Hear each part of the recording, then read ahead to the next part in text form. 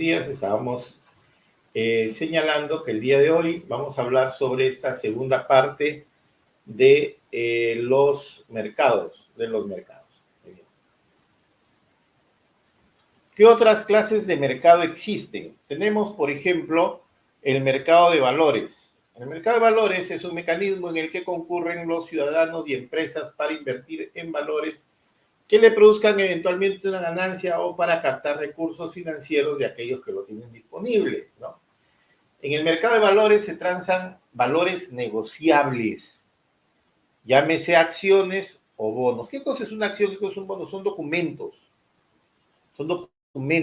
de valor, documentos de valor.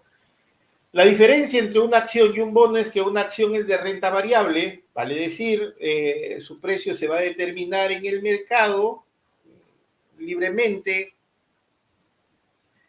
de acuerdo a cómo la empresa vaya evolucionando, ¿no?, en el tiempo, mientras que los bonos son de renta fija. ¿Qué significa renta fija? Significa que cuando tú adquieres un bono, el que te lo vende se compromete a cancelarte en una fecha determinada y pagándote un interés determinado. Por eso se llama renta fija, o sea, ya está determinado cuánto y cuándo es lo que te van a pagar por estos bonos. Son estos valores que se transan en el mercado de valores, ¿no? Se pueden transar desde su emisión, desde su primera colocación, transferencia, hasta su extinción como título valor. Luego tenemos las bolsas de productos. A ver, vamos a regresar acá. En el mercado de valores, ¿qué es lo que negociamos? Por ejemplo, negociamos empresas, ¿no? El capital social de una empresa está representado por acciones. Entonces, tú cuando compras una acción, en realidad lo que estás haciendo, estás comprando parte de una empresa, te estás convirtiendo en propietario de parte de una empresa, ¿no? Y lógicamente, si a esa empresa le va bien, ¿no?, empieza a producir, empieza a vender, empieza a generar utilidades, sus acciones se van a revalorizar. Si ocurre lo contrario, sus acciones van a perder valor, pues se llama renta variable en el caso de las acciones. Bien, pero lo que se negocia, porque en realidad tú no estás comprando un papel cuando compras una acción, tú estás comprando parte de una empresa, pero lo que se está negociando no está presente. Esa es la característica de este tipo de mercados llamados bolsas, que lo que se negocia no está presente. Así esta introducción, ¿por qué? Porque cuando vemos la bolsa de productos, que no es otra cosa que aquel mercado en donde se pueden negociar bienes, en el caso de lo que se negocia no está presente. Por eso decimos que estas bolsas de productos son mercados donde se transan productos, especialmente del sector agropecuario y títulos valores no convencionales, sin la presencia física de los mismos. Vale decir, tú estás negociando, vamos a suponer, 100 toneladas de trigo. Muy bien, ¿el trigo está ahí en la bolsa de valores? No, es un mercado cuya característica es esa, que lo que se negocia no está presente. No está presente. Entonces, en la bolsa de valores, ¿quién acude? El proveedor, que es el que ha producido, vamos a suponer, estas 100 toneladas de trigo de las que hablaba, y el inversionista, que es quien va a comprar ese producto, pero el producto no está ahí, no está a la vista, ¿no?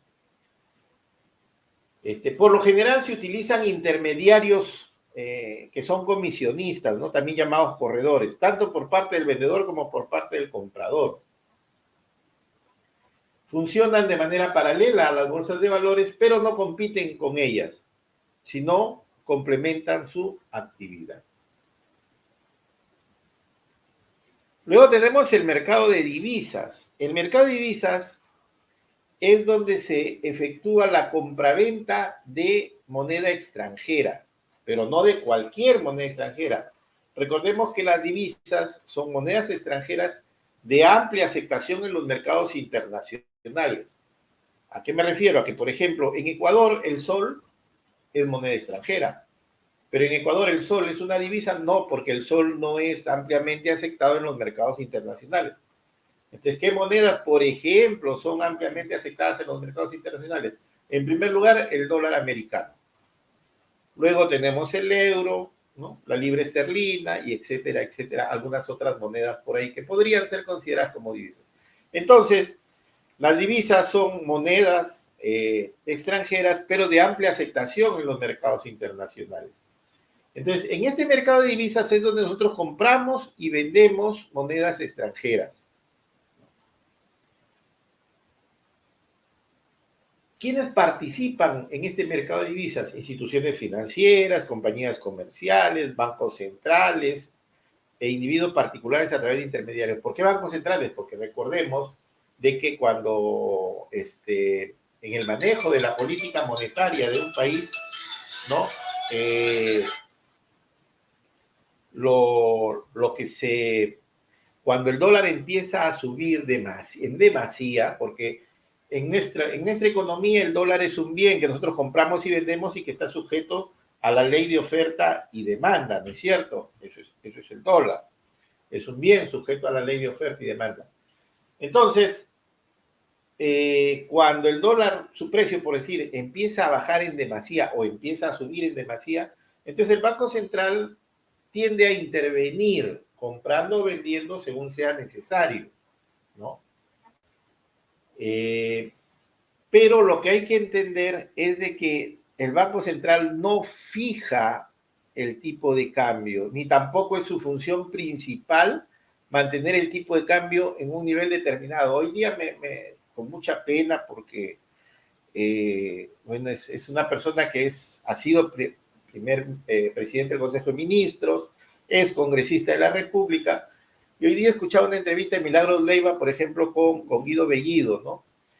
Y Guido Bellido decía de que el dólar estaba alto porque el Banco Central no estaba cumpliendo su función, porque su función principal y prioritaria del BCR, decía, era mantener el tipo de cambio a un nivel determinado. O sea, el tipo está totalmente equivocado.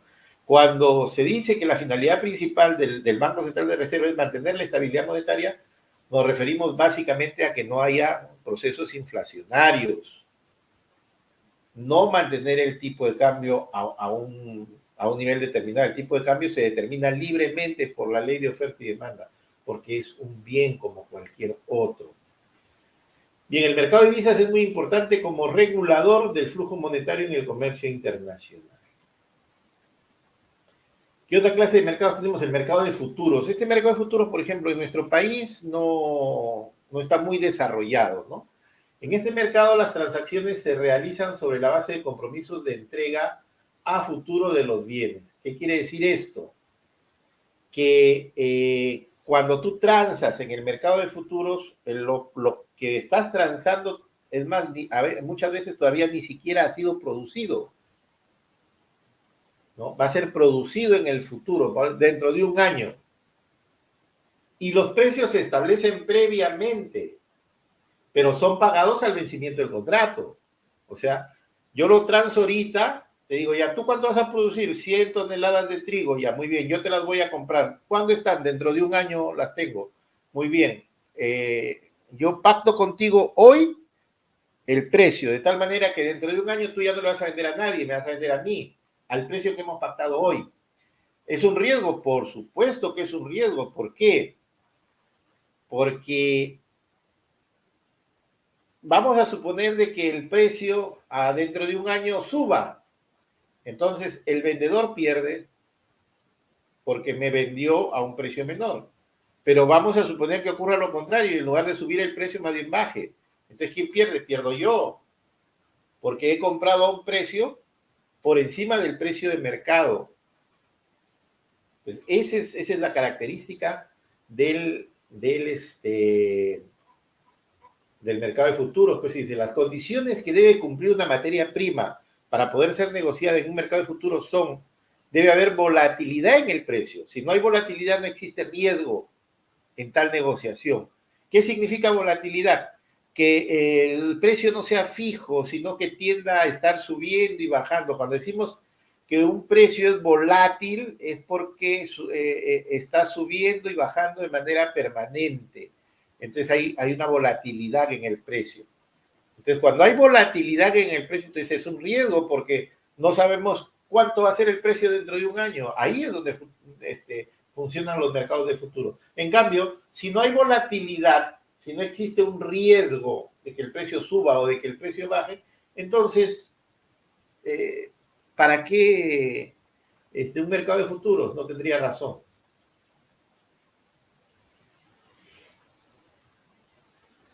El mercado negro. Muchas veces, mucha gente confunde el mercado negro con el mercado informal. Son dos cosas distintas, ¿no? El mercado negro de economía sumergida es un tipo de mercado en el que los bienes o servicios se comercializan ilegalmente. Debido a la naturaleza de las transacciones de el mercado es forzado a operar fuera de la economía formal. O sea, el mercado negro es un mercado informal, sí, sí, forma parte del mercado informal, pero no son sinónimos. Los motivos más comunes para operar en los mercados negros son el contrabando, impuestos, controles a los precios, restricciones de cantidad y calidad. ¿Cuáles son, por ejemplo, considerados mercados negros? Drogas ilegales, explotación sexual, trabajo forzado, armas y animales exóticos, ¿no? Entonces, eso se comercializa en los mercados negros. Los productos, en otras palabras, los productos que se negocian son ilegales. En el mercado informal, no. En el mercado informal, yo te puedo estar vendiendo un celular. ¿El celular es un producto ilegal? No, no es ilegal. Es legal. En el mercado negro, no. En el mercado negro, la droga es ilegal. Las drogas ilegales, ¿no? Pasta básica de cocaína, por ejemplo. Ahí hablamos de mercado negro, ¿no? Entonces, en el mercado negro, el producto que se negocia es ilegal. El marketplace o mercado digital, eso es ya con la modernidad, con estos espacios virtuales que se van generando, ¿no? ¿Qué cosa es el marketplace o el mercado digital? Es un espacio virtual que utilizan las empresas para realizar sus ventas online, en línea, ¿no? Usando el Internet. La gran diferencia con e-commerce es que a través de este medio un negocio no necesita establecer su propia tienda en línea. ¿Qué significa esto? E-commerce es cuando, por ejemplo, tú entras a la página de Saga Falabella, es la página de Saga Falabella, ¿no? Y haces una compra en línea. Eso es e-commerce, ¿no? Él tiene su propia página. Pero el marketplace es cuando en una plataforma, por ejemplo, Mercado Libre, distintas empresas pueden ofertar sus productos y cualquier persona los puede comprar. Entonces, eso es marketplace, distinto de e-commerce. E-commerce es cuando la empresa tiene su propia página exclusiva, ¿no? En donde ofrece sus productos de manera virtual. Por eso decimos, ¿no? Un ejemplo claro que podemos encontrar en la actualidad es el del popularmente conocido como Mercado Libre. Mercado Libre. Bien, ahora vamos a hablar sobre las estructuras de mercado. Vamos a hablar sobre estructuras de mercado. Antes, vamos a hacer un ligero corte y volvemos.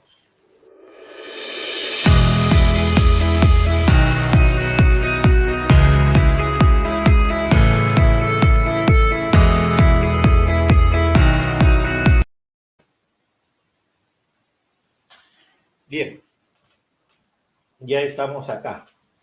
Vamos a ver qué entendemos por estructuras de mercado. Cuando hablamos de estructuras de mercado, está determinado por la cantidad de compradores o vendedores que operan en dicho mercado. Pues aquí tenemos un cuadro de doble entrada, ¿no? Aquí de manera horizontal podemos ver a los vendedores, un solo vendedor, cuando en el mercado hay un solo vendedor, cuando hay pocos vendedores o cuando hay muchos vendedores. Y acá en el lado izquierdo vemos de manera vertical a los compradores, cuando hay un solo comprador, pocos compradores o muchos compradores. El mercado de competencia perfecta es aquel donde existen muchos vendedores y muchos compradores. Acá tenemos la competencia perfecta. Muchos compradores, muchos vendedores. ¿Cuál es el problema aquí? El problema es, ¿y quién determina cuando hablamos de pocos o cuando hablamos de muchos? ¿Cuántos son pocos? ¿Cuánto es muchos? Ese es un problema. En el caso de la competencia perfecta, ya vamos a ver más adelante, es un mercado ideal. ¿Por qué? Porque no existe en la práctica, ¿no? Ya vamos a ver por qué. Luego tenemos, por ejemplo, cuando los mercados más importantes, ¿no? Cuando existe un solo vendedor y muchos compradores, esto se le llama monopolio. Monopolios que están prohibidos, por ejemplo, cuando la economía es una economía de mercado. En nuestro caso somos una economía de mercado, somos específicamente una economía social de mercado, en la cual el Estado debe garantizar la no existencia de monopolios. Luego tenemos los oligopolios, en donde hay pocos vendedores y muchos compradores. También es otra estructura de mercado importante. Luego tenemos el caso del monopsonio, en donde hay un solo comprador, lo contrario al monopolio. En este caso hay un solo comprador y muchos vendedores. El oligopsonio, pocos compradores y muchos vendedores. Bien, vamos a ver cada una de estas estructuras y vamos a ir definiéndolas.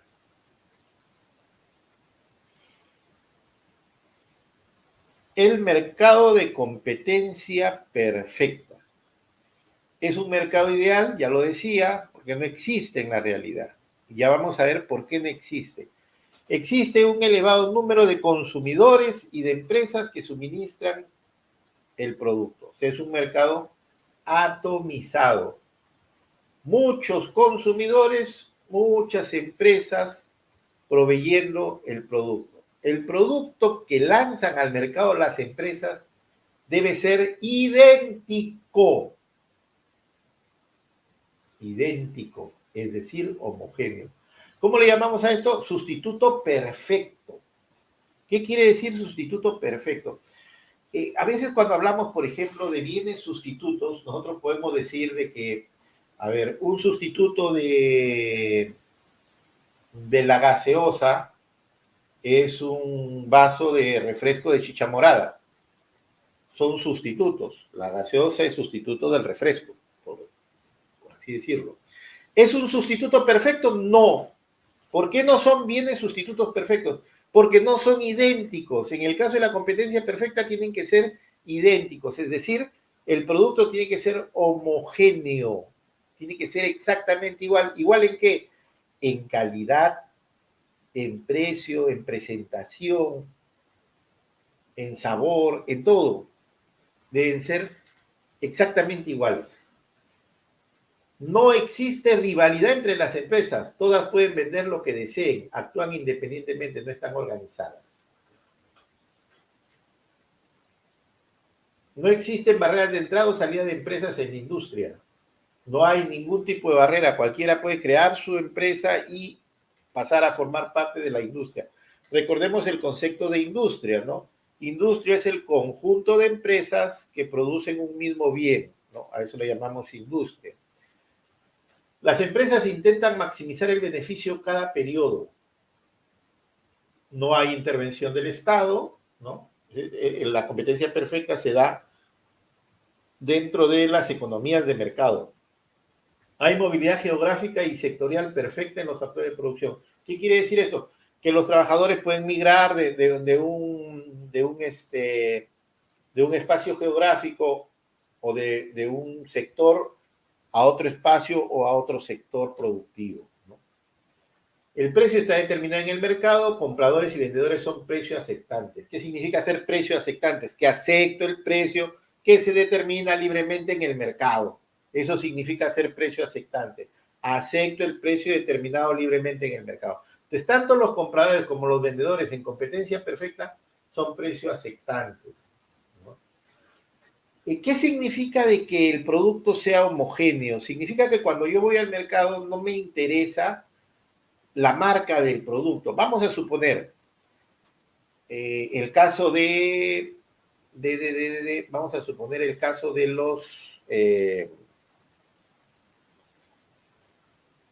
la pasta dental. Las pastas dentales son todas idénticas. ¿El producto es homogéneo? No, ¿verdad? No es homogéneo. Por eso es que hay algunos que tienen preferencias. A algunos les gusta más Colgate, a otros les gusta más Dento, a otros les gusta Colinos, ¿no? ¿Por qué? Porque no son exactamente iguales, no son productos homogéneos. Entonces, ¿cuándo hablaríamos de competencia perfecta en el mercado de dentríficos? ¿No? Cuando todos los productos fuesen iguales, tanto Colgate como Colinos, como Dento y como todas las marcas que puedan existir. De tal manera que tú vas al mercado y ¿qué pides? Deme una pasta dental.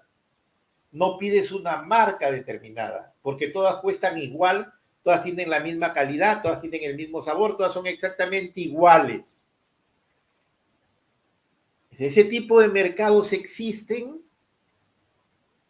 en nuestro país este tipo de mercados en donde tú acudas y no determines tu compra en base a un gusto, a una preferencia o a una marca determinada, porque todos son exactamente iguales. No, no existen. Y podemos analizar caso por caso. He tocado el tema de los dentríficos, pero podríamos analizarlo caso por caso de cualquier producto. Y vamos a ver de que no existen mercados de competencia perfecta.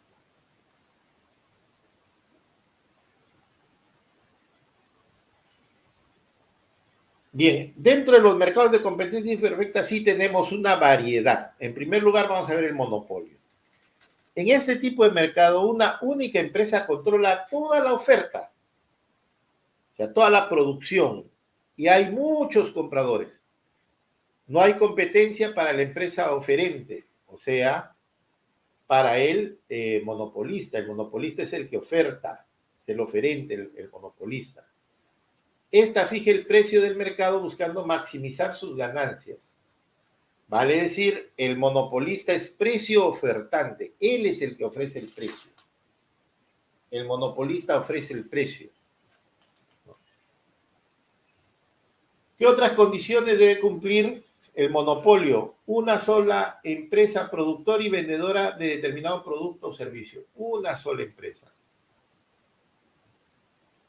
No existen en el mercado bienes o servicios similares o sustitutos, ¿no? O sea, para que se dé el monopolio, no debe haber sustitutos en el mercado. Porque si ya hay sustitutos, entonces ya no hay monopolio. Pues. Si hay algún sustituto, ya no existe monopolio. Por eso es que cuando Diego Acuña, en pleno proceso electoral, entrevistó a nuestro actual presidente, eh, Pedro Castillo, y le dijo, y Pedro Castillo hablaba de que iban a romper con los monopolios, Diego Acuña le dice, ¿quiénes son monopolios? Por ejemplo, dígame usted, ¿quién es un monopolio acá en el Perú? Y Pedro Castillo le dice, Saga Falabella. ¿Saga Falabella? ¿Y por qué Saga Falabella es un monopolio? Explíqueme. Y no supo hacerlo. Y Saga Falabella no es pues un monopolio. De ninguna manera Saga Falabella va a ser un monopolio, nunca en la vida. Fuese un monopolio si lo que se vendiese en Saga Falabella no se vendiese en ningún otro lugar. Si no se vendiese en ningún otro lugar, entonces sería un monopolio. Pero no lo es, pues, no lo es.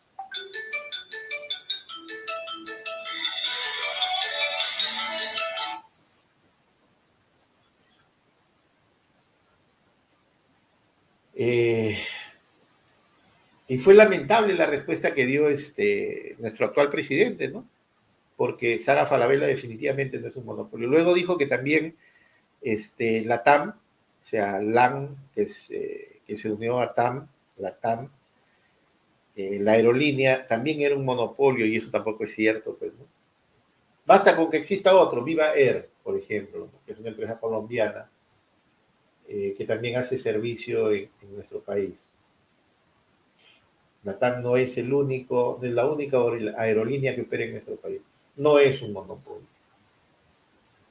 Existe una gran demanda abastecida en su totalidad por el único vendedor. Existen barreras rígidas de entrada de nuevos vendedores al mercado. Sí, para que haya monopolio también la idea es de que existan ciertas barreras que pueden ser de carácter legal, técnico, que impidan que otras empresas puedan ingresar libremente al mercado. No ocurre una movilidad limpia de los factores de producción. O sea, como les decía en el caso anterior, el ejemplo anterior, no les decía en la competencia perfecta, el trabajador puede desplazarse geográficamente de un lugar a otro o de un sector a otro, ¿no? Vender su fuerza de trabajo. Aquí no hay una movilidad limpia de los factores de producción, hay dificultades para esa movilidad. ¿Cuáles son las clases de monopolio que conocemos? Tenemos el monopolio público o monopolio estatal, que es una forma de monopolio coercitivo en el cual una agencia estatal o una empresa pública es el único proveedor de un bien o servicio particular. En el caso de Lambayeque, por ejemplo, un monopolio público es el del servicio de agua potable y alcantarillado, lo brinda el Estado, ¿no? Casi 26 distritos es EPSEL, la empresa prestadora de servicios de saneamiento, que ahora está intervenida por la OTAS, quien brinda el servicio de agua potable y alcantarillado. Eso es un monopolio, por ejemplo, ¿no? Es un monopolio. En algunos distritos, como el caso de Pomalca, el servicio de agua lo brinda la municipalidad. Solo la municipalidad, es un monopolio, no hay otro. Este monopolio puede ser justificado por razones estratégicas en ciertos casos particulares de monopolio natural, por ejemplo, la provisión de agua potable. Sí es cierto, yo también considero de que algunos servicios básicos, como el caso del agua potable o el caso de la energía eléctrica, solo deben estar en poder de una empresa o del Estado, El Estado debe brindar esos servicios como una obligación y tener tarifas diferenciadas. Tarifas diferenciadas. El monopolio privado, entonces aquí sí hay una situación de privilegio legal o fallo de mercado en el cual existe un productor particular o privado al que le llamamos monopolista con una finalidad netamente lucrativa y que posee un gran poder de mercado y es el único en una industria dada que posee un producto, un bien, un recurso o un servicio determinado y diferenciado. Entonces, los monopolios públicos son ejercidos por el Estado, los monopolios privados son ejercidos por particulares, por un productor particular, ¿no?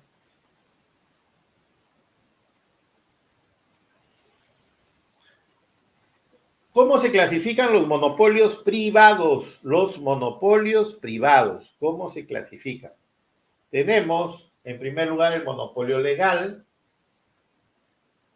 que es un derecho que ha sido otorgado por el gobierno para ser un proveedor exclusivo dado a una entidad para un propósito específico.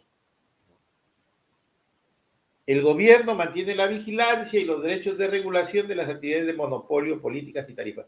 O sea, por ejemplo, en el caso de Excel, que es un monopolio, ¿no?, público, es regulado por el Estado, ¿no? El Estado, a través de SUNAS, que es el regulador de los servicios de agua potable, determina cuándo es que las empresas prestadoras de servicios de agua potable y saneamiento deben incrementar sus tarifas. Deben incrementar sus tarifas. Luego tenemos el monopolio natural. En el caso del monopolio legal, por ejemplo, un monopolio legal privado que existió tiempo pasado fue el de Telefónica de España, ¿no? Cuando Telefónica de España compra la empresa nacional de telecomunicaciones, que era una empresa del Estado, ¿no? Compra la empresa nacional de telecomunicaciones, el Estado peruano le dice a Telefónica, le pone como condiciones a Telefónica, una que tenía que ampliar la red, ¿no? Y dos, que tenía que mejorar la calidad de la red, porque ya la red era obsoleta, etcétera, etcétera. Telefónica a su vez le dijo, ya muy bien, yo voy a hacer ambas cosas, voy a ampliar la red y voy a mejorar la red. Pero para ello, tú como Estado vas a tener que garantizarme, ¿no? A mí como empresa, que nadie va a poder entrar a este mercado, solo yo, nadie más que yo. Y se generó un monopolio legal porque el Estado autorizó mediante una norma que solo Telefónica nos provea de servicios de telefonía tanto fija como celular durante sus primeros años de funcionamiento. Luego ya se fue abriendo, ¿no?, el mercado y fueron ingresando otros operadores de telefonía. Pero inicialmente, dada la inversión fuerte que iba a realizar Telefónica de España en nuestro país, el Estado peruano autorizó que exista un monopolio. Ese es un monopolio legal. Monopolio natural, eh, a veces la tecnología necesaria para producir un bien puede provocar la existencia de un monopolio. O sea, no todos tienen la tecnología. Por ejemplo, sería ineficiente que varias empresas construyeran varias líneas de metro en una ciudad para que existiera competencia entre los proveedores de transporte. Por lo que la mejor opción es que una única empresa controle todo el mercado de viajes en metro. Y eso es lo que ocurre, por ejemplo, ¿no? Los metros en Lima, por ejemplo, los ejerce una sola empresa. Estamos hablando del metro, no del transporte en general. El metro. No es que hay varios metros, varias líneas de transporte de metro, ¿no? En la ciudad, no una sola. Otro ejemplo claro es la televisión por cable, sobre todo en ciudades pequeñas, ¿no? En una ciudad pequeña, en donde hay pocos usuarios, sería ilógico que existan 2, 3, 4, 5 empresas de cable. Por lo general existe una sola empresa de cable. Una sola empresa que brinda el servicio de cable. Antes era más complicado todavía, porque antes había que hacer un cableado por toda la ciudad, ¿no? Y luego del cable que pasaba por los postes de tu casa, se bajaba un punto para tu televisor, ¿no? Bueno, hoy en día ya eso se ha superado un poco con estas antenas parabólicas que han reemplazado el cableado, ¿no? Te ponen una antena en tu techo y listo, ya tienes señal de cable, ¿no? Señal de cable. Pero igual, ¿no? O sea, los monopolios naturales también no solamente es por un tema tecnológico, sino también de inversión, ¿ya? También de inversión. A veces la fuerte inversión que hay que hacer en un determinado negocio no permite que muchos ingresen. ¿Qué cosa es un monopolio de coalición? Son aquellos formados por varios oferentes capaces de ocupar una posición de dominio dentro de una industria. Vamos a ver ahora cuáles son las clases de monopolios de coalición que hay, ¿no? Tenemos el cártel, que es de origen alemán y que consiste en el acuerdo de varias empresas para limitar la producción y fijar precios de los productos que ofrecen, conservando cada uno su autonomía financiera y judicial. Pues decían, no, los cárteles de la droga, ¿no? Los cárteles de la droga se reúnen los capos de la droga, ¿no? Y se reparten el mercado. Muy bien.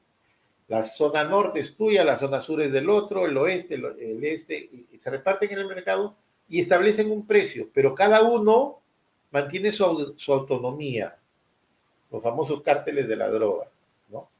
Cada uno mantiene su autonomía, eso es un cártel. Se juntan solamente para repartirse el mercado, establecer un precio y luego cada quien se va por su lado. El TRAS o TRUS, como quieran llamarle, es de origen norteamericano. Consiste en la asociación de un conjunto de empresas bajo una sola dirección a fin de controlar el mercado mediante fusiones, alianzas.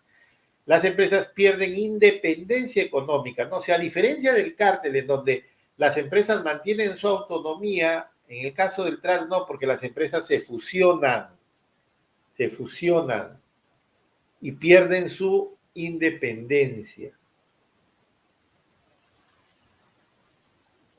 Luego tenemos el holding, que es de origen inglés, y es aquella situación donde una empresa controla un grupo de empresas mediante la adquisición de parte o todo el accionariado de las demás, ¿no? Es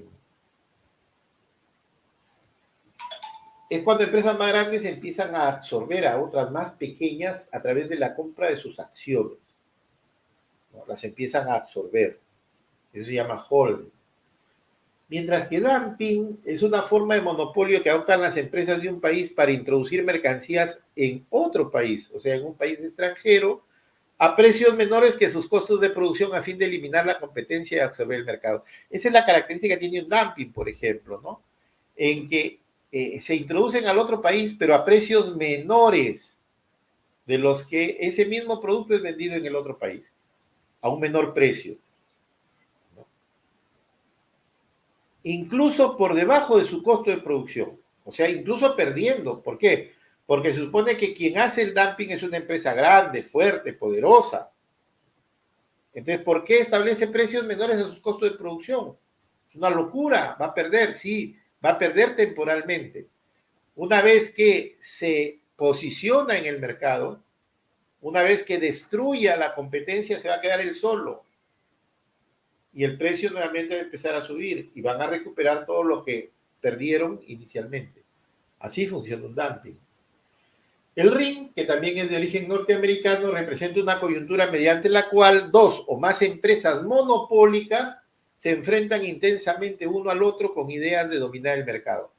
Un ring clásico, digamos, en el mundo es el de Pepsi con Coca-Cola, quienes siempre se han enfrentado por tratar de controlar, manejar los mercados internacionales de bebidas gaseosas, ¿no? Ese es un ring.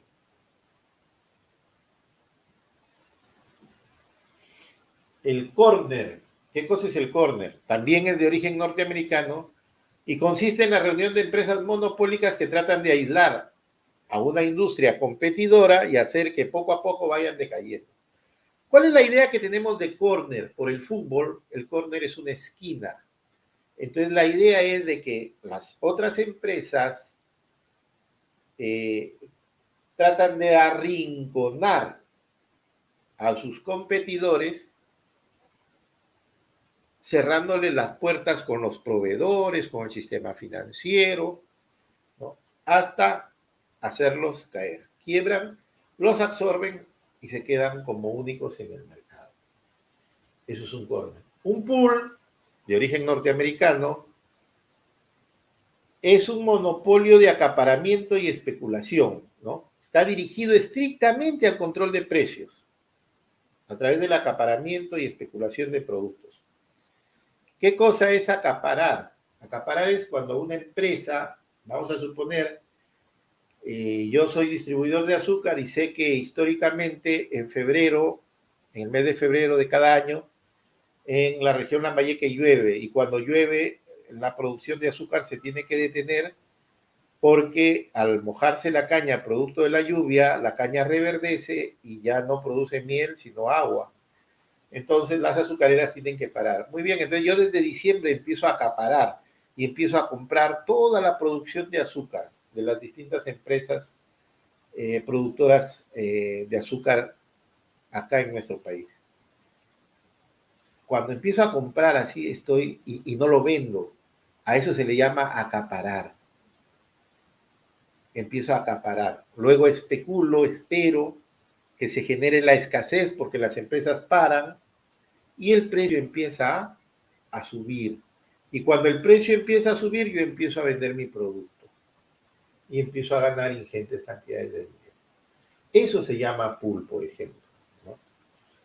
Luego tenemos el consorcio, que es la agrupación de los trusts o empresas más importantes de distintas ramas de la industria, bancos, casas comerciales, compañías de seguros y transportes, basándose en una supeditación a un grupo de grandes capitalistas, ¿no? El consorcio es cuando te juntas, ¿no?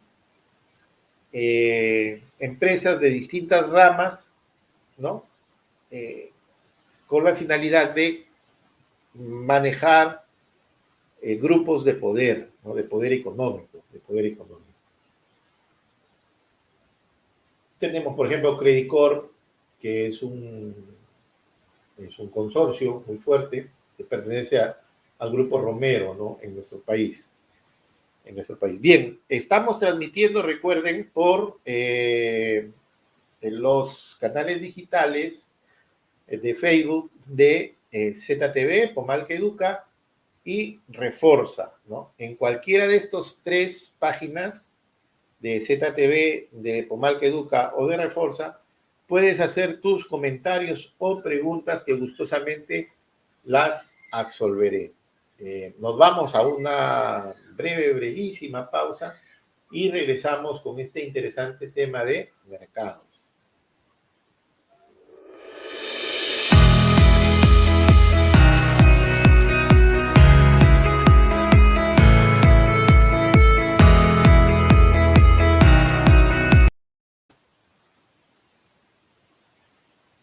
Bien, ahora vamos a hablar de el monopolio bilateral, que ahí hay un error, no es un monopolio de coalición, el monopolio bilateral no es un monopolio de coalición, es un monopolio, una forma de monopolio, sí, pero no es de coalición, aquí hay un error. Un monopolio bilateral es un mercado en donde cohabitan un monopolio de oferta y uno de demanda. O sea, hay un solo comprador y hay un solo vendedor, ¿no? Y ambos pueden influir en el precio, ¿no? En el precio. Tanto el único comprador como el único vendedor. Es decir, existe a la vez por parte de los vendedores un monopolio y por parte de los compradores un monopolio. Son bastante frecuentes, pues representan el intercambio de bienes no comunes, como por ejemplo la industria de piezas especializadas, ¿no? En el caso, por ejemplo, de, vamos a suponer, la fabricación de aviones, ¿no? Entonces, los Boeing, por ejemplo, ¿no? Un solo comprador y hay una empresa que se dedica única y exclusivamente a producirle las piezas especializadas para poder fabricar los aviones, ¿no? Para poder fabricar los aviones. Entonces, estamos ahí hablando de un monopolio bilateral. Un comprador, un vendedor, ¿no? ¿Qué otro tipo de competencia, de mercado, de competencia imperfecta tenemos? Este es muy interesante porque si ya vamos aterrizando en el caso nuestro, en nuestro país, la mayor cantidad de mercados son oligopólicos o de competencia monopolística. ¿Qué cosa es la competencia monopolística? En esta clase de mercado, cada empresa produce un producto ligeramente distinto de los otros, pero sustituible por los de otros productos, ¿no? O sea, son ligeramente distintos y se sustituyen uno a otro. En el caso de la telefonía celular, tenemos los equipos Huawei, tenemos iPhone, tenemos LG, tenemos Samsung, ¿no? Y cada uno de estos son sustitutos. No son sustitutos perfectos porque no son exactamente iguales, pero sí son sustitutos. Son sustitutos. Cada uno tiene sus propias características diferenciadas. Esa es la característica de una competencia monopolística. Los oferentes tienen su propio monopolio gracias a su marca, pero los ofrece en un mercado donde hay productos similares. O sea, Huawei es un monopolio. Tiene su propia marca, pero ofrece su producto en un mercado donde hay otras marcas, pero no compite con esas otras marcas. Por ejemplo, Apple ofrece el iPhone y es el único que lo produce. Es un monopolio en el mercado de iPhone, pero este es ofrecido en un mercado de celulares en donde tiene que competir con otras empresas, ¿no? Dice, las empresas que participan de la competencia monopolística tienden a comportarse como monopolios. ¿Por qué? Porque no les interesa lo que el otro está ofertando o produciendo. ¿no? Los productores compiten sobre una base de calidad, publicidad y el diseño de su producto. Existen muchos productores y muchos consumidores, por eso se llama competencia. Es competencia porque hay muchos productores y muchos consumidores. Y es monopolística porque esos muchos productores actúan como si fuesen un monopolio, como si los demás no existiesen. Los consumidores saben y perciben que existen diferencias de precio entre los productos de los competidores. O sea, son precio ofertantes. Las empresas productoras son precio ofertantes. Se da principalmente cuando hay muchos vendedores dentro del mercado con poca interdependencia entre las diferentes empresas. No hay una interdependencia entre ellos. La principal herramienta de este tipo de empresas es la diferenciación que existe entre los productos. ¿Son diferenciados? Sí, son diferenciados. ¿No? Un iPhone no es igual a un Samsung, que tampoco es igual a un LG o a un Motorola o a un Huawei. Diferente estructura de costos debido a que los productos son diferenciados, o sea, el producto es heterogéneo. Cuando un producto es exactamente igual, dijimos que es homogéneo. Cuando un producto es diferenciado, o sea, tiene características distintas, es heterogéneo.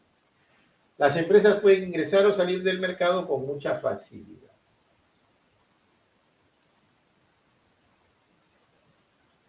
Ahora vamos a hablar del oligopolio. Del oligopolio. El oligopolio es una clase de mercado en donde solamente hay unas pocas empresas, más de tres, si son dos es un duopolio. Entonces, para que sea un oligopolio tienen que ser más de tres. Tres o más, en todo caso. Por lo que hay cierta competencia y muchos compradores. La cuestión aquí es que cada empresa se preocupa de cómo reaccionarán sus rivales ante cualquier estrategia que emplee. Por ejemplo, ¿qué harán las otras empresas si incrementa el precio?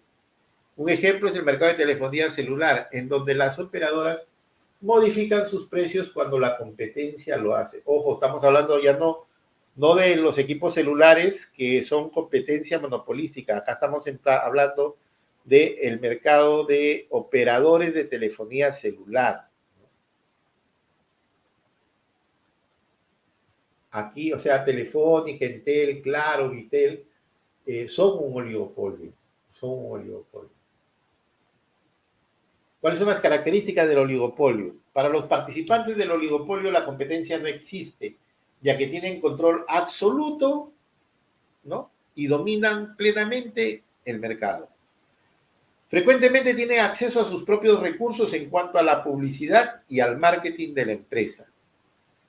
Utilizan frecuentemente el dumping, que quiere decir bajar los precios incluso por debajo del costo de producción y fabricación para lograr obtener beneficios, y por esta razón es que los oligopolios no tienen competencia alguna. Entre ellos mismos se dificultan y algunas veces impiden el ingreso de nuevas empresas a su círculo. Poseen dos tipos de bienes. En el caso de los oligopolios hay dos tipos de bienes.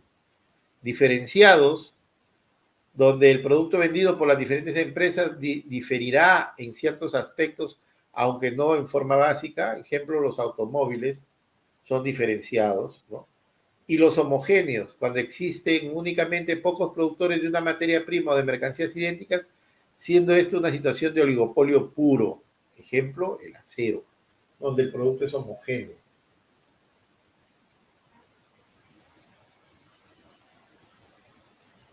El duopolio ahora. El duopolio es un tipo de competencia que se da dentro de un mercado que se caracteriza principalmente por la existencia de dos empresas que producen un artículo y que controlan la totalidad de un mercado específico, gracias a la fijación que realizan en conjunto de los precios de ese producto, ¿no?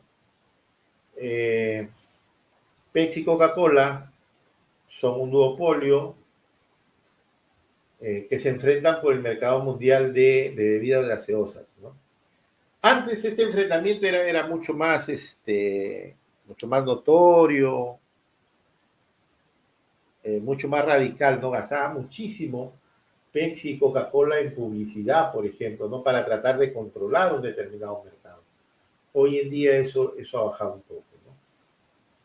El monopsonio es lo contrario al monopolio, ¿no? En este mercado hay muchos vendedores, pero solamente un comprador que controla toda la demanda. Y por lo tanto, como es el único comprador, es quien determina el precio de mercado.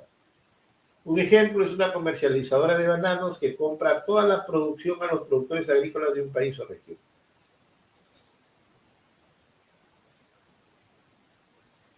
El oligopsonio es lo contrario al oligopolio, proviene de las palabras griegas oligos, que significa poco, y xonio, que quiere decir compra, ¿no? Pocos compradores. Completamente opuesta al oligopolio, donde el poder pertenece a los productores o vendedores. Surge dentro de un mercado en el cual existe una pequeña cantidad de demandantes en quienes se deja todo el control y el poder sobre los precios de los diferentes productos, ¿no? Entonces el oligopsonio es lo contrario al oligopolio. En el oligopsonio hay pocos compradores, ¿no? Y muchos vendedores.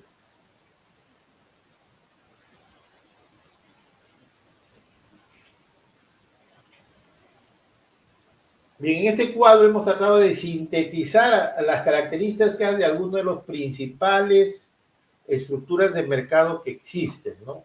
Por un lado, estamos poniendo acá de manera vertical en el lado, mirando yo, el lado izquierdo, eh, número de oferentes, tipo de producto, barreras de entrada o salida y tipo de información. Y acá tenemos los mercados de competencia perfecta y algunos de los mercados de competencia imperfecta. En el caso de la competencia perfecta, el número de oferentes es mucho. Muchos oferentes, muchos vendedores, muchos productores. El producto es homogéneo, es exactamente igual. Las barreras de entrada-salida, en el caso de la competencia perfecta, hay libertad plena de entrada o salida del mercado y el tipo de información es perfecta, ¿no? En el caso de la competencia imperfecta, tenemos, por ejemplo, el monopolio, en donde hay un solo oferente, o sea, una sola empresa vendedora, productora, ¿no? De un único producto que es homogéneo. O sea, hay un solo producto, es homogéneo.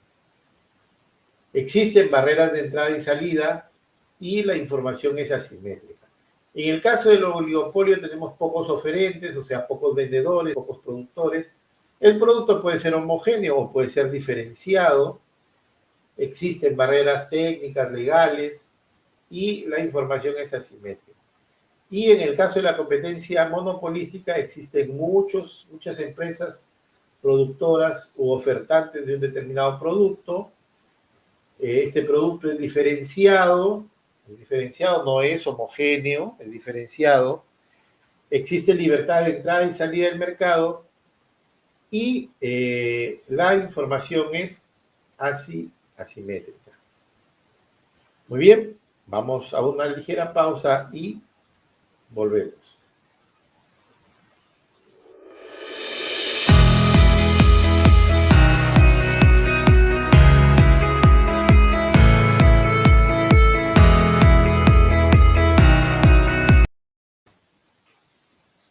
Bien,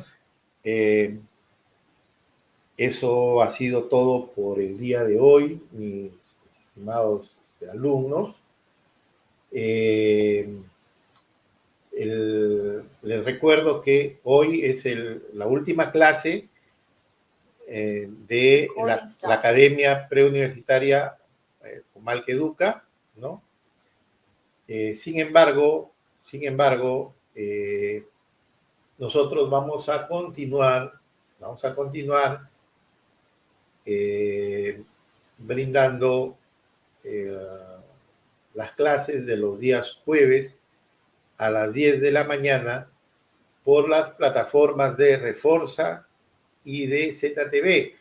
No sé si Pomal que Educa también va a continuar